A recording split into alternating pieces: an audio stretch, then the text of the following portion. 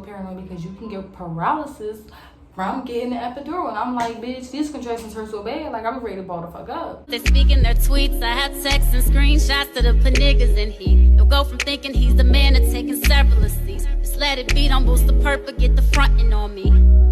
Hey YouTube, welcome back to my channel. It's Malika Monique. Yes, it's me. I know I've been meaning to do this video for a real long time, but I've been real busy taking care of my daughter.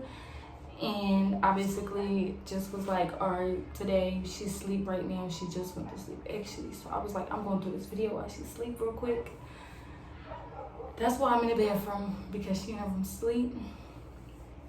And I just got back from the mall or whatever, so I look crazy. It's hot out there. My hair done sweated out. Feel me? Like, sweated out, but it's cool. But I'm gonna hurry up and get into this video for y'all. I got my old phone right here, and I got my notes on it, so yeah. So I'm gonna be on this phone looking at this. Okay, so we're gonna start in the beginning. Oh, by the way, if you have not read the title, then yeah, so make sure you guys like this video, comment down below what you guys want to see, and make sure you subscribe to my channel, and make sure y'all click that notification bell, because I'll be posting more videos now that my baby sleeps longer, and I might just feature her in one of my videos. Okay, so basically I started recording everything in my notes back from May 8th, and my due date was May 23rd. Okay, so basically I'm gonna start at May 20th, where it all started from. May 20th, I had a doctor's appointment at 3:15, and when I went, okay, anyway, I was 39 weeks and 4 days pregnant. So when I went to my appointment, I was supposed to be getting a regular checkup and a cervical exam. And when she had checked my cervix, I was 0 centimeters dilated, and I was mad because I'm like, I'm ready for her to come out already. What I did not know is that she had stripped my cervix, because this is my first child. I don't know nothing about that stuff. So yeah, she checked me, and it hurted really, really bad. Like it felt like, it was like, bitch, get about my pussy. Like, I felt like her whole arm was in there, or maybe it was. I'm not even sure, but like, yeah, like that shit hurted. At 7 o'clock that night, I was walking to the store with my sister, because we always, we always going somewhere. I was walking to the store, and that's when I started feeling the cramps and stuff. And I was like, oh, I think I'm having like Braxton Hicks contractions or whatever. And I guess I was, because, yeah, they weren't that bad. It was like mild period cramps. Like, I could do anything through them. They wasn't that bad. But May 21st, I was having contractions, and then I started tracking them at 3:40 because they was getting real bad. Not real bad. They was just like a period cramps. Period cramps are. And 3:40 is when I woke up, because I couldn't sleep. Like, I don't sleep at night. Like, when I was pregnant, I cannot get over this hair.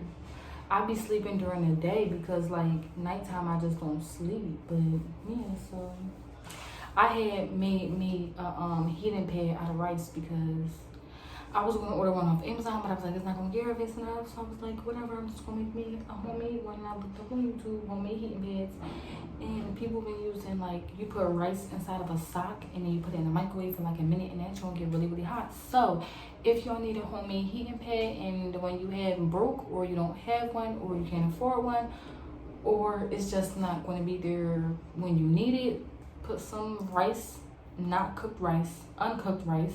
You put it in a brand new sock, and you tie rubber band at the end of it so the rice don't come out. And and when you heat it up, you just get a long sock. You fold the other part of the sock around it so it don't be as hot, and you can use it as a heating pad, because that's what I did.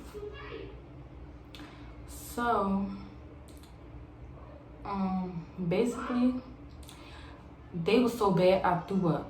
I threw up my food, and then it was 2:30. I'm just reading all my notes, because I don't remember like the days leading up, because I was so drained out. I didn't sleep. So at 2:39, May 22nd, is when I was in a lot of pain. I was irked. I was like, we can't even celebrate. Like, it's COVID out here. We can't go nowhere. We can't even go out to dinner, none of that. I was pissed off. So we didn't celebrate our anniversary.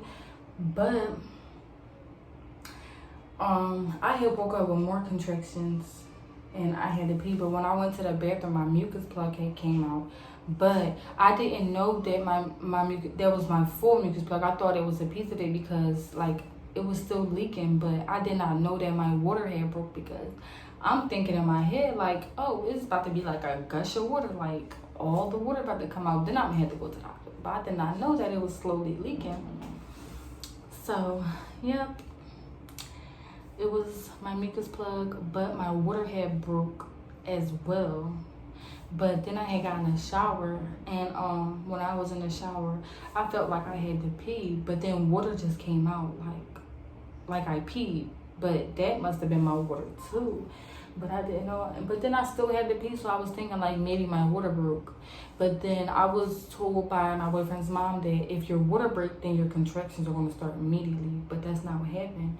Like, I was already having like little contractions, but I was told that they were going to be like real painful, so I didn't, get up and rush to the hospital. Mind you, I didn't sleep the night before that. I didn't sleep up to 2 days before I went into labor. Like, I was in and out of sleep, like sleeping in 5-minute intervals because the contractions was coming. I started tracking the contractions. Yes, I did right. I started tracking them on the 21st. I think the 21st. I was tracking them for 2 days. And on the tracking app, it kept telling me, go to the hospital, but I did not go to the hospital. So on the 23rd, at 2 o'clock, I had went to the hospital. Let me tell y'all, when I got to the hospital, I was crying. When I got in the door, I was crying. My mask had popped when I tried to put it on because I was so angry. I was just throwing shit around. The lady was like, oh, here's a new mask. I'm like, I don't even want the new mask. She's like, oh, you need to cover your face with it. I'm like, okay. So I had to like squat down and like gather myself because the pain was so bad. Like, it was really so bad at the point where I'm in this place crying. I'm just wiping my tears some more. The more tears is coming down my face. I'm just like, what the fuck? Like, bitch.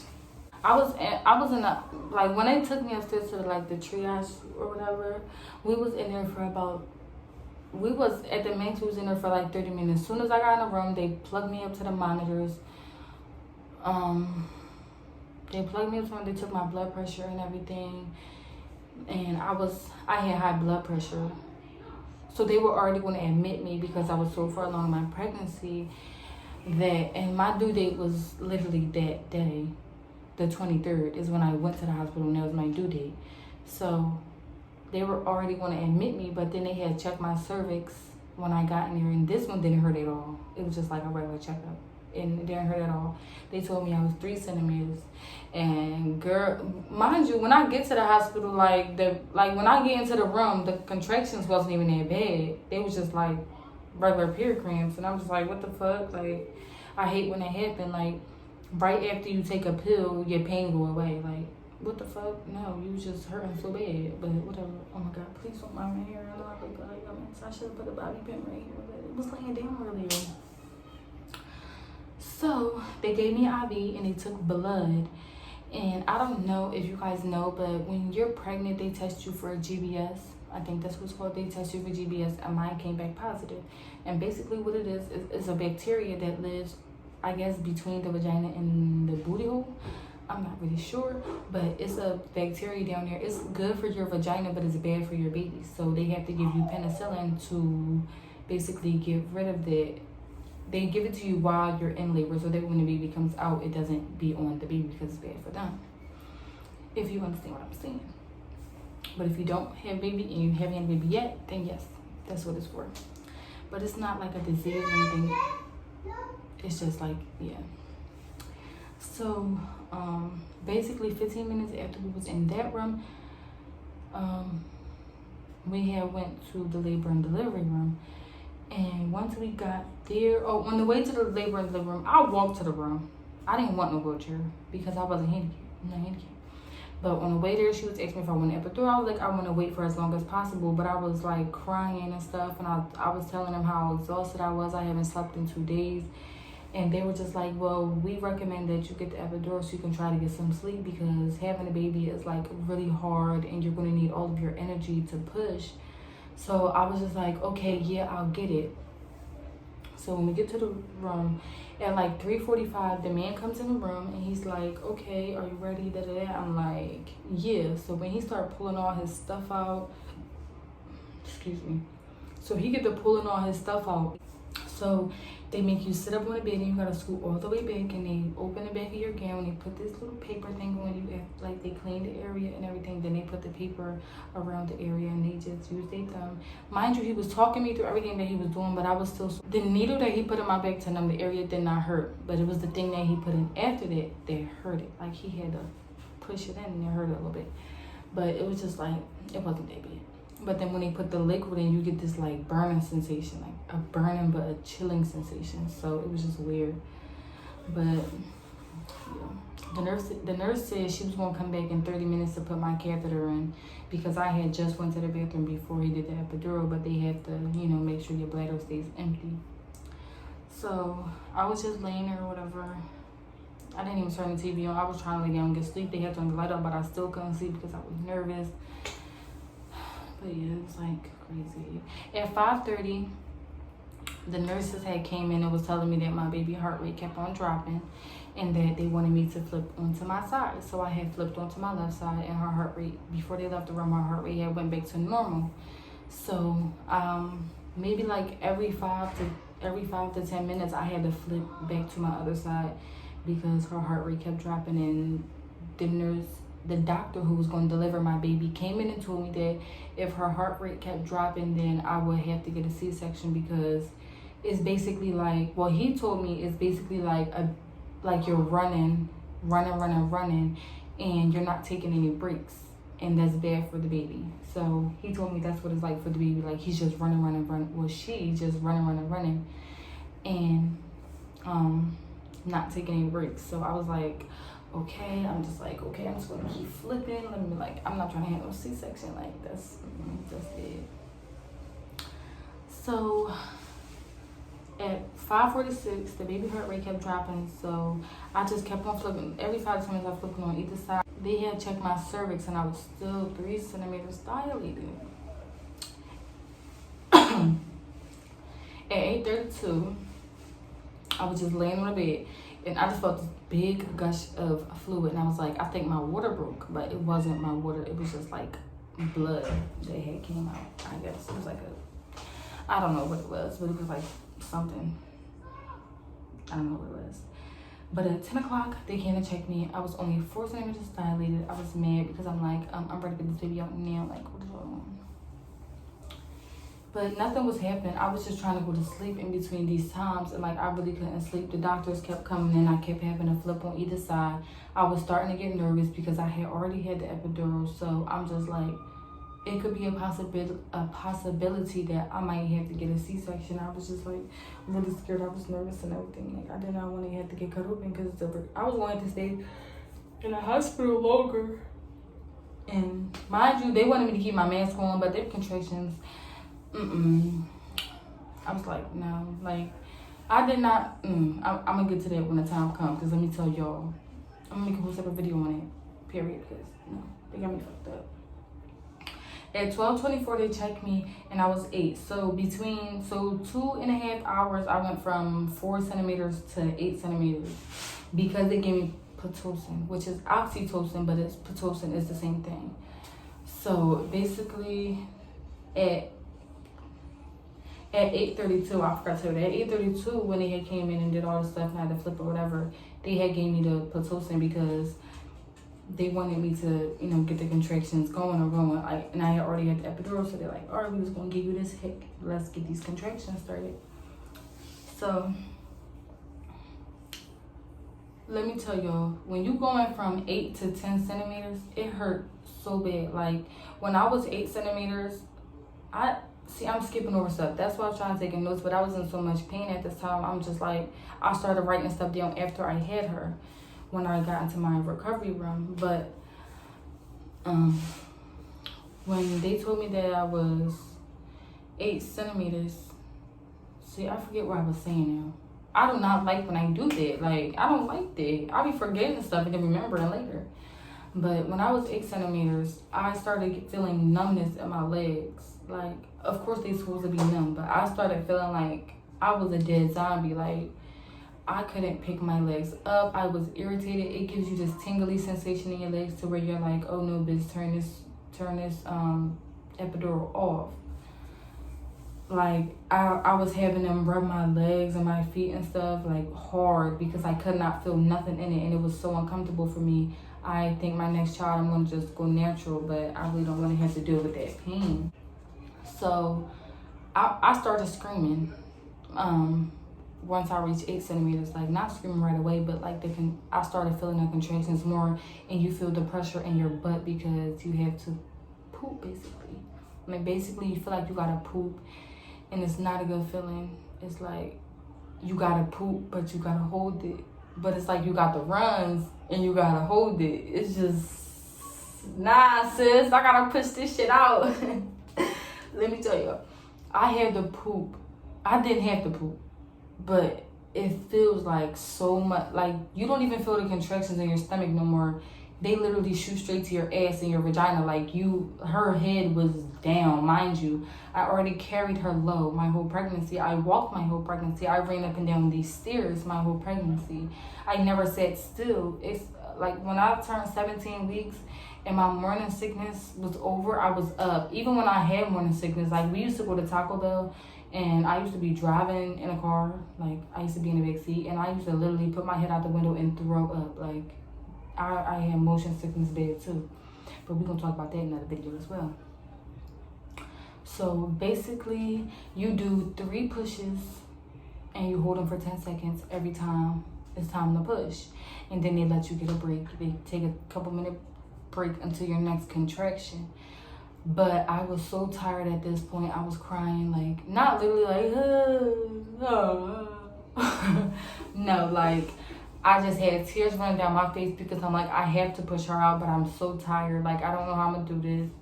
So basically, when I reached 10 centimeters, when I reached it right after they checked me, I'm like, I got to push this baby. They're like, oh, you're 10 centimeters. You can push whenever you feel the need to. Oh, my God. I skipped so much stuff. Okay, let me tell y'all. So, when they checked me and I was 4 centimeters dilated, they told me that my water bag had already been broken for 24 hours. No, for 2 days. Almost 2 days, for 48 hours. So they had to stick a tube inside of me, inside of my vagina, that basically shoots water back in because my baby had no water around. I'll be back, my baby. Okay, I had to bring her with me because she's hungry, but I want to get this video done. I don't know where I was, but just look at my notes. So yeah, they had told me that my baby didn't have any fluid around her brain for up to like 48 hours. Well, she did, but in the past 24 hours she didn't because my water had already broke. I'm out of breath because I just ran all the goodness steps. But so they had to put a tube inside of my vagina to put water back inside. So that was also gushing out when I was 4 centimeters and stuff. But also, she was kicking the tube, like, not kicking it, but she was moving it. I don't know what she was doing there, but I kept feeling the tube, like, come out, and they had to keep coming back to put it in because she was moving it. I also felt her, like, I kept feeling the catheter move, too. So, I don't know what she was doing in there, but she was in there like, Mom, this ain't supposed to be in here. So, she was kicking it out. But, okay, so it's time to start pushing now. And I was so tired and stuff, I was just crying and like tears was coming down my face and stuff. I was like so upset. I was just like, I'm just ready for her to come out. You start to feel the contractions towards the end. Like, they was pushing the epidural button so much, like, half my body was numb because I would have to lay on either side. So it would be like, I lay on my left side, that side is numb, but the right side is still not numb. I would have to flip to the right side. Now the left side is not numb, and that's where I feel my contractions. It was like really hard. So I laid on my back to start pushing, and I pushed my 3 times. Like, oh, you're doing great. I was pushing hard, y'all. I was acting like I've been constipated for 2 weeks, and I had to get this shit out. Like, I was pushing hard, like really, really hard. Like, I didn't even care if I pooped at this point, but I was screaming to them, telling them, like, I just don't want to poop. I don't. But I just kept telling them, like, I don't want to poop. I don't want to poop. They're like, it's okay. People do it. You can poop. So I just was like, I put my head in my chest. And I fucking pushed and I pushed and I pushed. And, like, I don't even remember what happened when I wasn't pushing because I had passed out. Not, like, passed out like that, like, because I was dehydrated or nothing. Like, I passed out because I was so tired. And I was going to sleep. And mind y'all, they had moved my legs to the side so her heart rate could stay steady, but her heart rate still was dropping. And the nurse was waking me up, and he was just like, Malika, her heart rate's still dropping. If you can't get her out, then we're just going to consider helping you out with the vacuum. All you have to do is get her to the edge so we can attach the vacuum. And yeah, so I'm like, all right. So I'm laying there, my eyes closed, tears are still falling out my eyes though because I was so tired and I was just ready for her to get here, for all of the pain to be over. She's tired, she's trying to go back to sleep. I'm sorry, is mommy talking too much? It's okay. Alright, so I get another contraction and I push and I push and I push. I think I did maybe 12 pushes. I'm not even sure, but I don't even know exactly when I reached 10 centimeters. Oh, I think it was damn near 1 o'clock. Yeah, it was 12:45. So in between that, I probably pushed for like an hour. I think I did like 12 pushes. I'm not even sure. But she was born at 2:06 in the morning. But I was just falling asleep in between every push. So I don't know what they were doing, what was happening around me because I was so tired. But when she came out, I closed my eyes. I didn't even want to look at her at first. Like, not that I didn't want to look at her, but I was just like, it was crazy. It was just like, I just closed my eyes and I cried like a baby. I cried so hard. Like, I just cried and cried. But they laid her on my chest and they was wiping her off. And she looked like my complexion when she came out. But then they had took her away because she wasn't crying or whatever. So I started thinking that she wasn't breathing, but she just had like stuff in her throat. So once they cleared her throat, she was like, she just started crying. And it was so, so cute. I wish I was recording. I did record some stuff and take some pictures. But I did not record how I wanted to because this hospital is strict. Like, I was trying to record me getting epidural and everything, but they would not let me. I got like a mini video clip like when they were setting up, but I didn't get like the whole thing because he was like the flashes in my eyes. Like, pussy, fuck you. You better do it right. And it still hurt it, so fuck you. But, am I talking too much for you, sis? I know you ain't gonna go back. I mean, yes, you is. But yeah, overall, it was a beautiful experience. I would do it 10 times over again. Like, I do not care. Like, mind you, when they laid her on my chest after they cleaned her off and stuff, she was so white, looking just like her dad. Her eyes was open. Well, one of them was open, like, well, she was laying this way. So it was like, this eye was closed and this one was open. She was drooling, blowing spit bubbles. I was like, is something wrong with her eye? They're like, oh no, that's because you have these big boobs. And her face was like scrunched up like this. So I was so scared to like move her and stuff because she was so small. But she came out 7 pounds 10 ounces, and she was born on the 24th at 2:06. So she was only 2 hours over her due date. Overall, it's a blessing. Motherhood is great to me. I love it. They spoil her rotten. Like, when we first came home from the hospital, she was able to sleep on her own. Like, right after she ate, she would lay in her bed and go to sleep. Now you really gotta put her to sleep before you can lay her down. Or sometimes I just put my boob in her mouth while she's laying down. So that way I don't have to worry about waking her up when I lay her down and stuff. But overall, it's a beautiful experience. Like, I would do it over and over again. Like, it was just amazing to me. And I don't care. It's just period. I love my daughter forever and always. I would never stop loving her. Like, she's one of the best things that ever happened to me. And she's so beautiful. Like, I can't wait to show y'all her. Like, I just can't. But that's the end of this video. I hope you guys enjoyed it because I enjoyed sharing my experience with you. Make sure you guys like this video. Comment down below what you thought, or if maybe you have some similar things that happened during your labor. Make sure you guys subscribe to my channel because I got a lot of new videos coming. Like, I've been slacking for too long. Like, I'm ready to start dropping these bangers. Like, period. Like, they're gonna be better than bangers. Like, yes. But make sure you click the notification bell and make sure you give us the big thumbs up. Make sure y'all subscribing. Like, stop playing with me and subscribe to my YouTube channel. Like, period. I don't care what else y'all doing in y'all life. Subscribe and make sure y'all watch this whole video. Yes, you. I'm talking to you. You. I'm talking to you.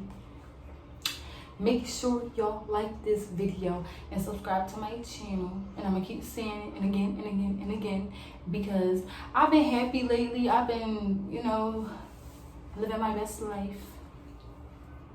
But I'm gonna be back with y'all in my next YouTube video. So stay tuned.